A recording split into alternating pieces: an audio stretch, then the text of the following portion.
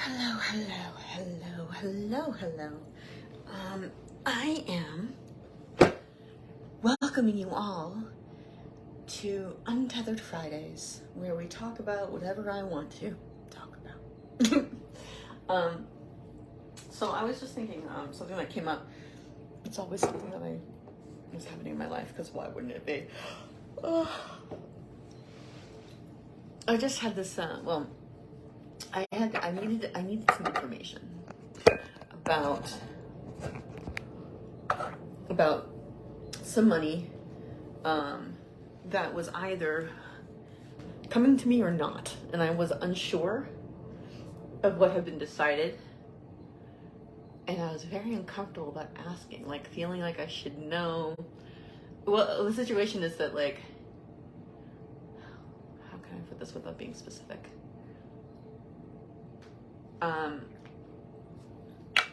I got a little extra money, and I'm not sure if it's being taken out of more money, the money that we get now, or not.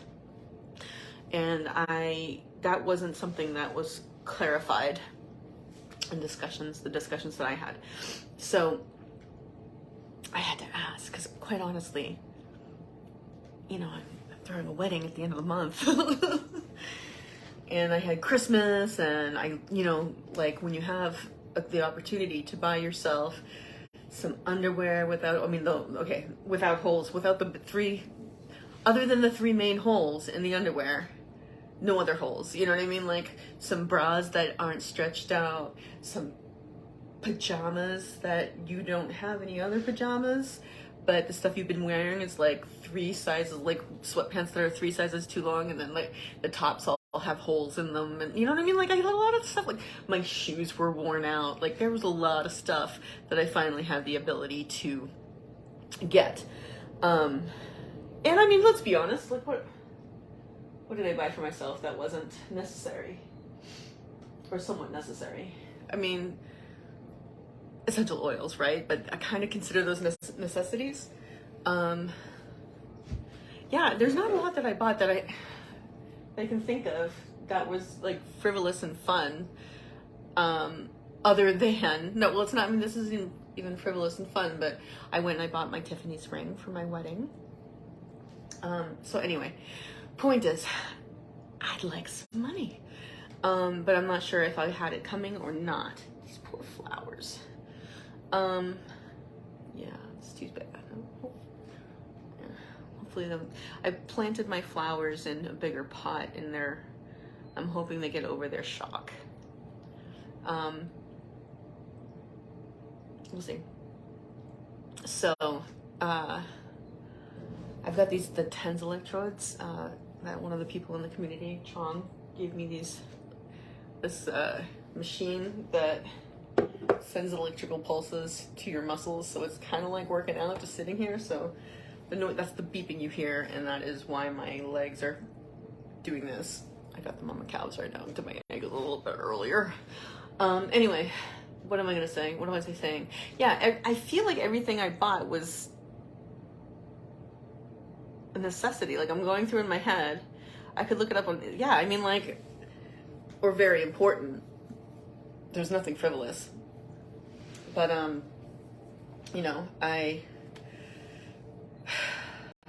right, because and then there's, obviously the regular payments to different things that I could, I pay the heating bill. That was cool. But I'm going to need to pay the heating bill again this month. And stuff like that, right? So, the point is that I felt uncomfortable asking about, like, okay, so what's the arrangement here? Are we taking this out of the amount of money I'm receiving in the future, or was this just as you was kind of explained to me or presented to me, just sort of like, you take this money and deal, like, so you don't have to be freaking out about things. But I mean, I think I need to, I want to pay it back to the company, but I also need some money right now. So maybe that's something in the future, like in future payments once we have more longer clientele list. I don't know, whatever the case may be. The point is, it was an awkward thing for me to do, but I was like, well, I've been thinking about it for a couple of days, and like, I don't really want to do this. Like, I don't, like, maybe I'll just let it ride. But then I realized, like, that I am gonna have to I am gonna have to collect some more money at some point soon. So I had to write a text, and it's like, it's this awkwardness that you just, like, you feel so, you avoid it, and it's uncomfortable. I hate this sort of thing. So if I say that, that's just an affirmation, right? Oh, I hate this. Well, like, so I love this.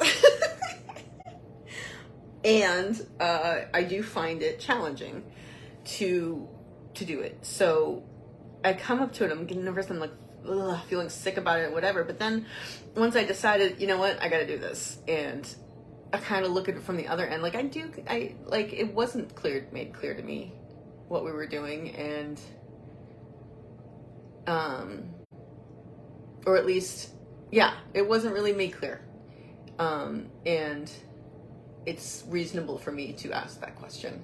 And that's something that I think what we have to kind of face a lot of times. And then once I realized it was reasonable for me to ask, I had very little difficulty. I mean, it's still uncomfortable, but it was like, okay, I can ask. But I think, I don't know about you guys out there, but there are plenty of subjects around which people feel uncomfortable. Oh, or I feel uncomfortable. My cats are gonna look great, guys. Oh, yeah, that's some electricity going through my muscles. Yep. Okay, so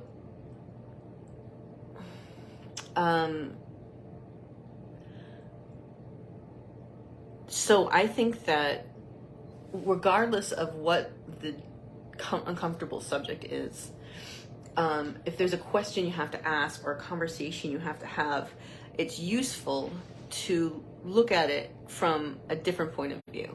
Not from like, oh, I feel awkward because I'm bringing the subject up. It's very me oriented, but like in general, like, is it reasonable for you to know this? Like, is it something you have to know, or is it something that needs to be said? And then once that's decided, yes, it is, I need to say it, or I need to ask it. It becomes easier. So I think that if you have if you have an issue with something, as far as talking about something with someone or asking someone about something, just think about it from the other end, like, rather than how you're feeling about it, like, is it necessary? And then I find it easier to do. For instance, one of the conversations I had, this a while ago, but like, I watched my mother go through dealing with her mother's estate when she died. And that was a mess. It was a mess, and she was the only one who could do it, and her family, her siblings were all assholes, which, okay, I guess that's just that.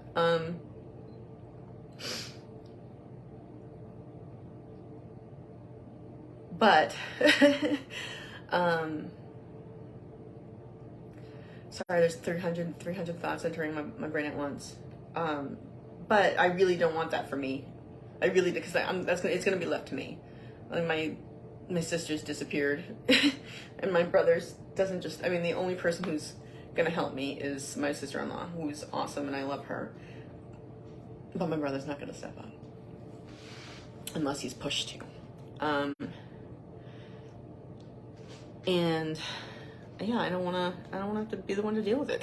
I don't have to. It's a lot of hassle. It's a headache. People get very stressed out about it. People cry about it. Like, and it lasts for years and years and years. So I was like, a while ago, I was like, Mom, do you have a plan in place for when you die? And she's like, I'm like, look, like I said, I saw you deal with this with Nana, I saw one of my aunts deal with it for her mother, and like, I don't want to have to deal with it. Like, it'd be really mean, knowing what you know, what it's like. Like, is that when you want to leave us? You know what I mean? Like, because I don't want to be left that. I don't want that on top of the grief, or at all. But, you know, so I kind of pushed her to get herself a plot and, all that stuff, you know, like arrange for things, have a will. My father won't do it though. Anyway, I'm gonna have to bring it up again. But my mother told me the other day that she got a plot. It's like, yes, thank you. So it's an awkward conversation, but like, think about the alternative. What if you don't have it? What if you don't ask the question? What if you don't say, hey, this is what I need? What is going to be the outcome? The outcome is you're not going to get the money. You're not going to, you're going to have to pay a shit ton of money when your parent dies and be left with open ends for years and years and years that will have you pulling out your hair. Unless you just say, hey, mom and dad, do you have a will? Is everything taken care of? It's uncomfortable, right? You're like, okay, it's saying you're going to die one day. And you are. The thing is, why are we uncomfortable about saying that I'm going to die one day, you're going to die one day, we're all going to die one day? Have you prepared so that you're not leaving your children incredible burdens? That's the thing, right? So my father's 84 and he still hasn't. He refuses. Asshole. Sorry. But I mean, God, really? You're gonna leave that to us? So I'm gonna actually get on it again next time I'm down there. Anyway, that is what I have to talk about today. Uncomfortable conversations, questions, statements, the stuff that you need to do, like you should be doing, but you aren't because it's uncomfortable, but that's gonna have a negative effect on you. That's what I'm talking about. Those are the things you really should,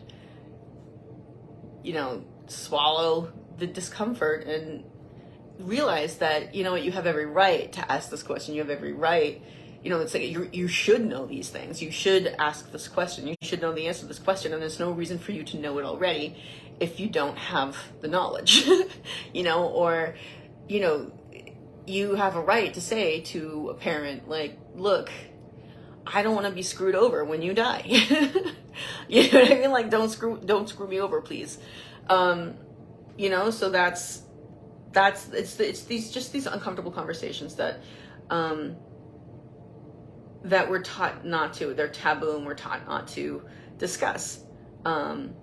Whereas the other day, my niece and my nephew were here in my office and they were divvying up my parents' possessions. Blankets and crystals, like crystal animals that we used to get my mother because we didn't know what else to get her. Anyway, that is that. I'm going to wrap this up with saying that I'm grateful to have something to be uncomfortable about, right? So I'm going to remind you guys, as always, that you can always choose to have a grateful day. If I can get this thing off, it'd be very nice. Okay, no.